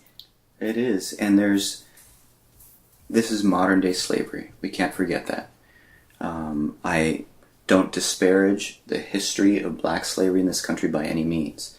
But again, if we don't learn from that, exactly, and see to this day some of the things that we're suffering as a country because of that period of time, hundreds of years ago, we're going to be facing a whole other arena of repercussions, of results for sins we commit now that carry on for decades and centuries. It's the truth. Because we're simply not looking back or looking forward. And, I don't want to undercut why you go about what you're going about, but again, not everybody is Christian, not everybody has those beliefs, but the fact of the matter still holds the same. And you can talk to any scientist, you can talk to any psychiatrist or sociologist, and they will say the same thing. If we don't look at our past always impacts our future. Right. And what we do today impacts what we, from how we care for our earth, to how we care for our children, to how we care for our souls. It impacts our future. And it doesn't matter what background you're coming from, that we need to be just aware and educated and doing something about it. Mm-hmm. And if we continue to pretend things don't happen, like you said, there will be consequences in the future. There are consequences now. Right. Maybe they just haven't directly affected you yet. Or you're unaware of it. Or you're unaware of it. I can almost guarantee that anybody living in this country, by some degree, is related to someone that's affected by sex trafficking. Wow. And that's a scary thought. It is. It really is. Tell me and tell listeners, what are some tips that you could give them? I know you shared some at Barry, but what are some tips that you can give to people about just again, how they can be more aware. Right. How can you protect your children? How can you protect yourself? How can you be open-minded and have your eyes open wide enough that you maybe are more cognizant of somebody that needs your help? Get some education. And it's very easy these days online to get that education.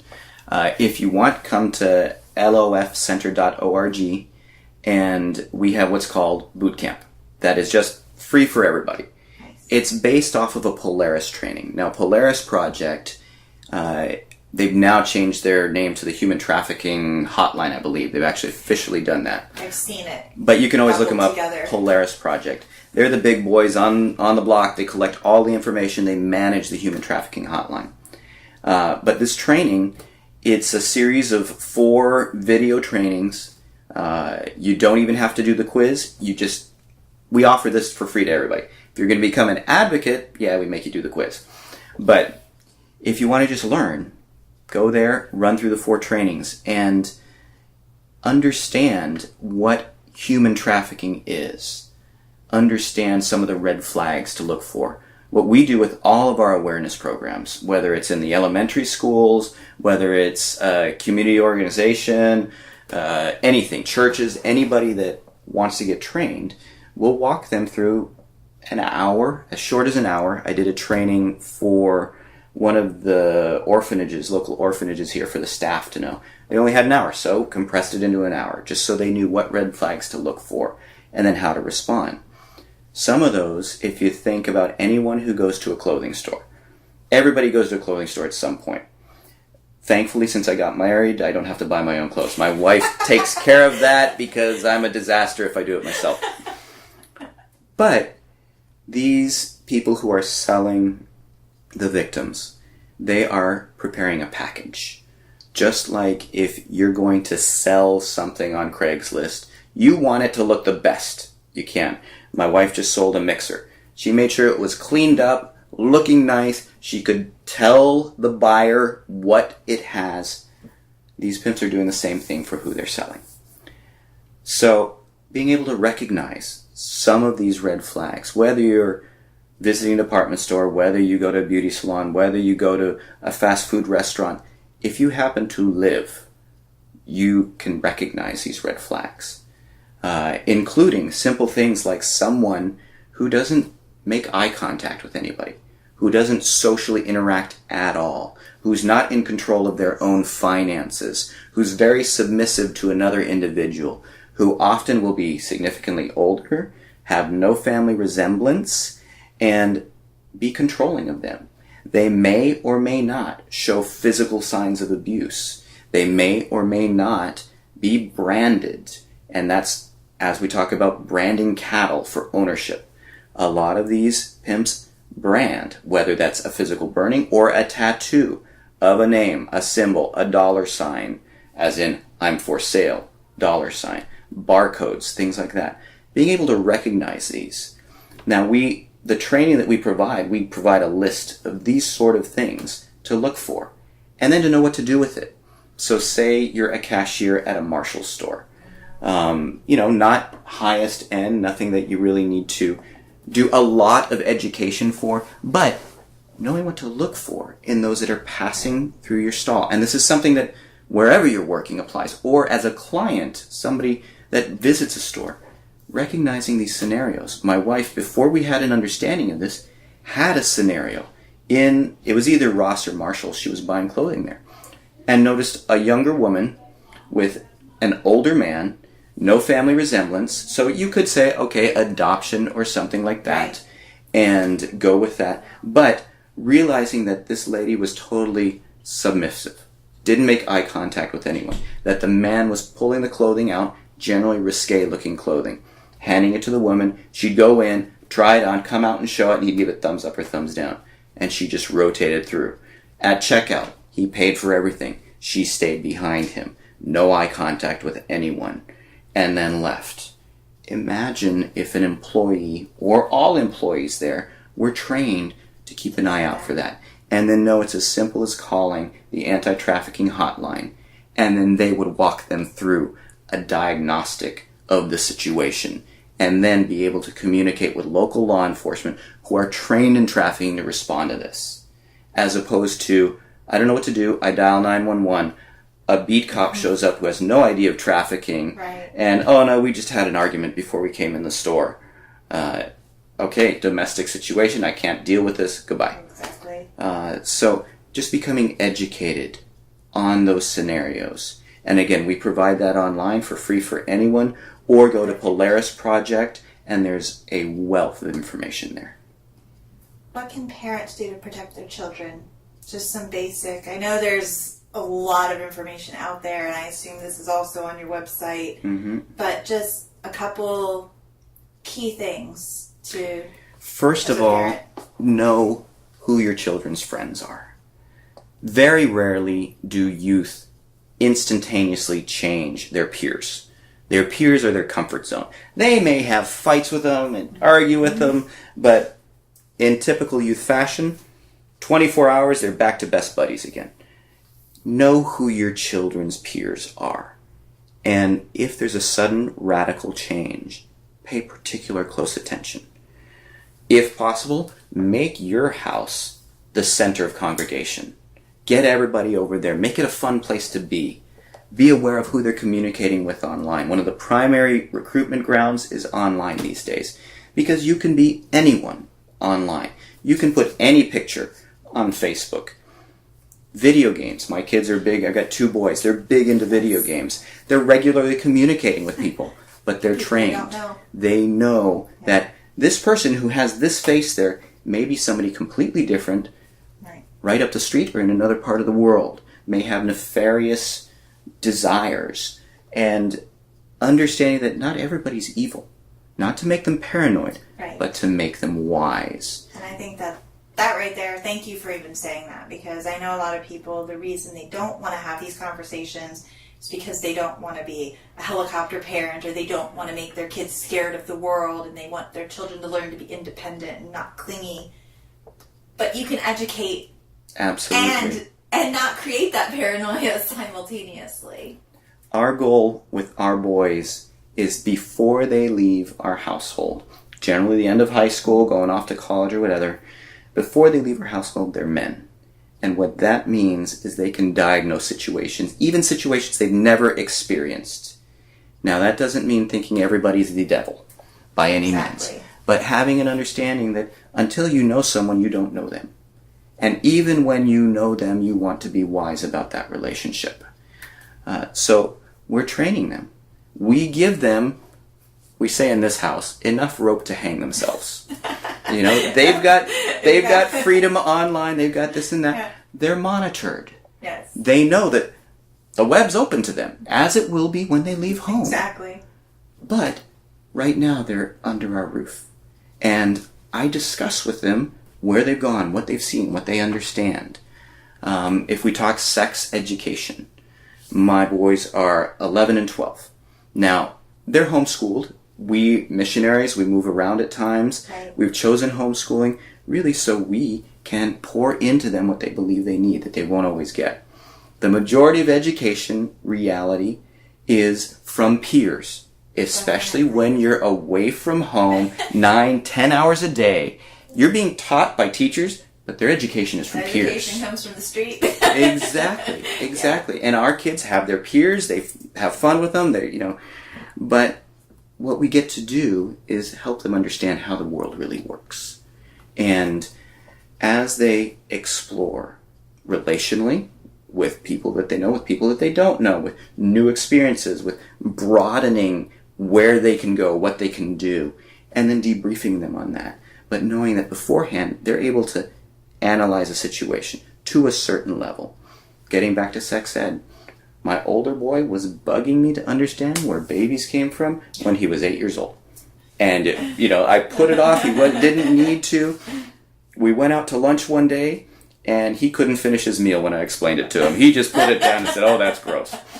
That's the level he was at. Didn't need to go any farther. But they understand. But you open that door. Absolutely. To have that conversation. Mom and dad, they know that mom and dad work with ladies who have been hurt sexually because of this whole scenario. They understand the media aspect, which is one of the reasons that we're protective about that. Sure. They understand the peer aspect. They understand social media aspect to a certain level. Now that level is more than most parents these days, because parents are blissfully unaware. And when a parent is looking forward simply to college days, getting them out of the house, that's inviting a world of heartache, because most kids are not prepared to be on their own. Well, and you mentioned that parents are very often blissfully unaware. I think the statistic for teen dating violence is it's over 81% don't believe or don't know it exists. Mm-hmm. And when you don't believe it exists or you are unaware that it exists, then you're not having that conversation. Right. And this is the same thing. I mean, and then this can be any number. You could talk about, this could be in regards to alcohol, in regards to drugs, in regards to sex, in regards to, things we see on TV, violence, whatever. If you are pretending it doesn't exist, then you're not having that conversation. And in doing that, you're doing a huge disservice to your children and their ability to, like I said, to grow up to be adults that can work through these issues and attack them from the right perspective if they should ever come into their lives. If they're ever being groomed, hopefully just because of these discussions, they know this is not comfortable. This is not normal for a stranger to be acting this way towards me. Maybe I need to talk to somebody about it. Or a boyfriend, or a girlfriend. Definitely. I read an article a few months ago about teen girls growing up with boys who have grown up on pornography. And they're understanding that that's a normal relationship. That fantasy Hollywood scenario is normal. And many of these girls, because they want to learn how to relate to a boy, have grown up with that as well. Doing research, quote, research online, coming across and thinking that's normal. So we're allowing these horrific fantasies, which often include violence, to create what is the norm for our children's reality, as opposed to an adult who understands that this is not the norm, who's been married, who's had relationships, understand that there is a blessing, it's a wonderful thing, but it's full of heartache and mess and stuff. That this, what is portrayed, especially in pornography, is not reality. It's not reality, exactly. And explaining that to them beforehand. And it's staged and all the things that are behind it. Absolutely. Including trafficking. That a lot of these women are trafficked into this. And understanding that from an early age, at an age-appropriate time. Like I said, my 13-year-old, it was very early on. My now 12-year-old, he's blissfully unaware. I'm not going to abuse him except for the necessity to keep him safe, to make him aware. I don't need to go into the gory details yet. No. He's not there. But he needs to have an understanding. But you'll know when he is. And often parents know. Behaviors change. Absolutely. Puberty hits, it rolls along, and behaviors in kids change. And I used to see that all the time, even as a teacher, not even having my own kids at home. So, they transition through that phase. It's, when it's right to bring up the right topics. And if they haven't been brought up already. Oftentimes the kids, they will bring it up especially on their own. If, like we said, the kids in public school, which my dad was a public school teacher. I've got nothing against public school. No, my kids, those that are in public school, that is a significant part of their lives that is outside of the parents' care and control. And that's why we love and we are thrilled to be invited into all these public schools.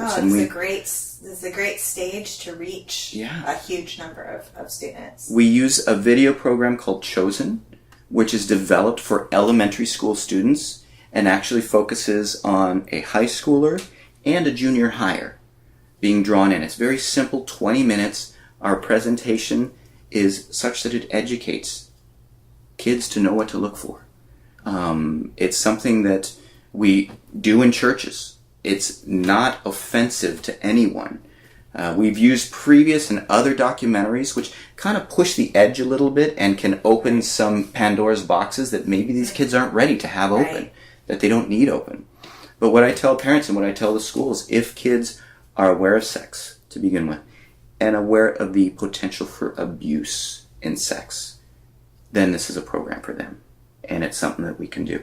So we are, as you're doing with domestic violence, with violence in this arena of trafficking, we want to educate. And there's so many crossovers between understanding what a domestic violence relationship is, or a dating violence relationship is, and trafficking. Trafficking is simply a dating violence relationship where one individual is making money off of it. It's interesting that I always said it's funny, but it's not funny. It's interesting that you said that, because I always say in dating violence is a bullying relationship in which you have, it's, you're in love with that person, or you're intimately involved with that person. And then the trafficking just takes that a step further. So, like I said earlier, these things are all intertwined in so many ways, and they are all affecting, they have an impact on our community and on our society and on our children. And it's up to us to make sure we're educated on it and to be having those tough conversations. If somebody is interested in having you come and speak, or they want to find more information, I know you gave the website, but give it again. We're going to add it to the little blip on our website under your podcast when it airs.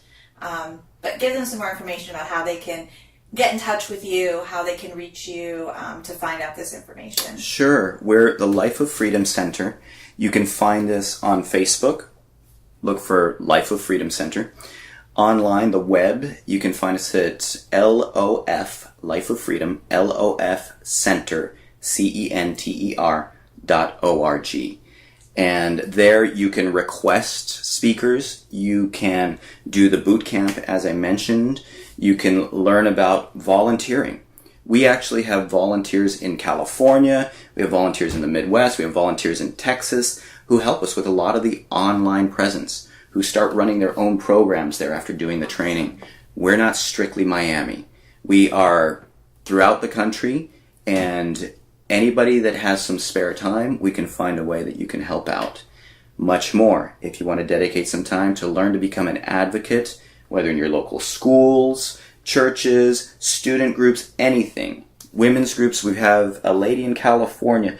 She does teas with older ladies. She's in her, I think, late 60s, and does teas, and she has chosen to become an advocate and just shares about this with the other older ladies, most of whom are grandparents and can be watching out for their grandchildren. So we've got a place for anybody and everybody, and we'd love to hear from anyone. Awesome. And let's just say they want to support, like you said, you are all donor-based, so all of your services, your staff, the programs that you put on, everything that you have to pay for comes out of the pockets of those that support you. How can they donate to you or find out more information about becoming like a corporate sponsor or something like that? Absolutely. Same place, lofcenter.org, and there's a button for give or support. I forget what it's called, but it's pretty obvious right there. Okay, perfect. Well, thank you so much, Kevin. I really appreciate it, and you had a lot of information. Is there anything else you want to add that we didn't cover or talk about? Not necessarily. I'm just a guy who stumbled into this. I believe God led me into this, as you heard in my story. And it's something where people are suffering right now. And as with your calling, Amy, and what you're doing, it's an area that I believe I have a calling for. Not everybody is called to this. Not everybody can stomach it. In our presentations, one of the things that I like reminding people is there is no room for vigilantism here. Unless bullets bounce off your chest like Superman, and if they do, I'd like to talk to you. I've got other ways we can involve you. But unless bullets bounce off your chest, there's no room for vigilantism. But there is room for something that is much more impactful, which is education. Anybody and everybody can educate. So please contact us if you'd like to get involved. And please contact Amy. I highly respect what she's doing, and I value that she wanted to include us in these podcasts. So thank you for doing this. Well, thank you so much for spending this time and having me here at your home. I do appreciate it, and I know we'll be talking more in the future. So, and thank you all for listening. Have a great day.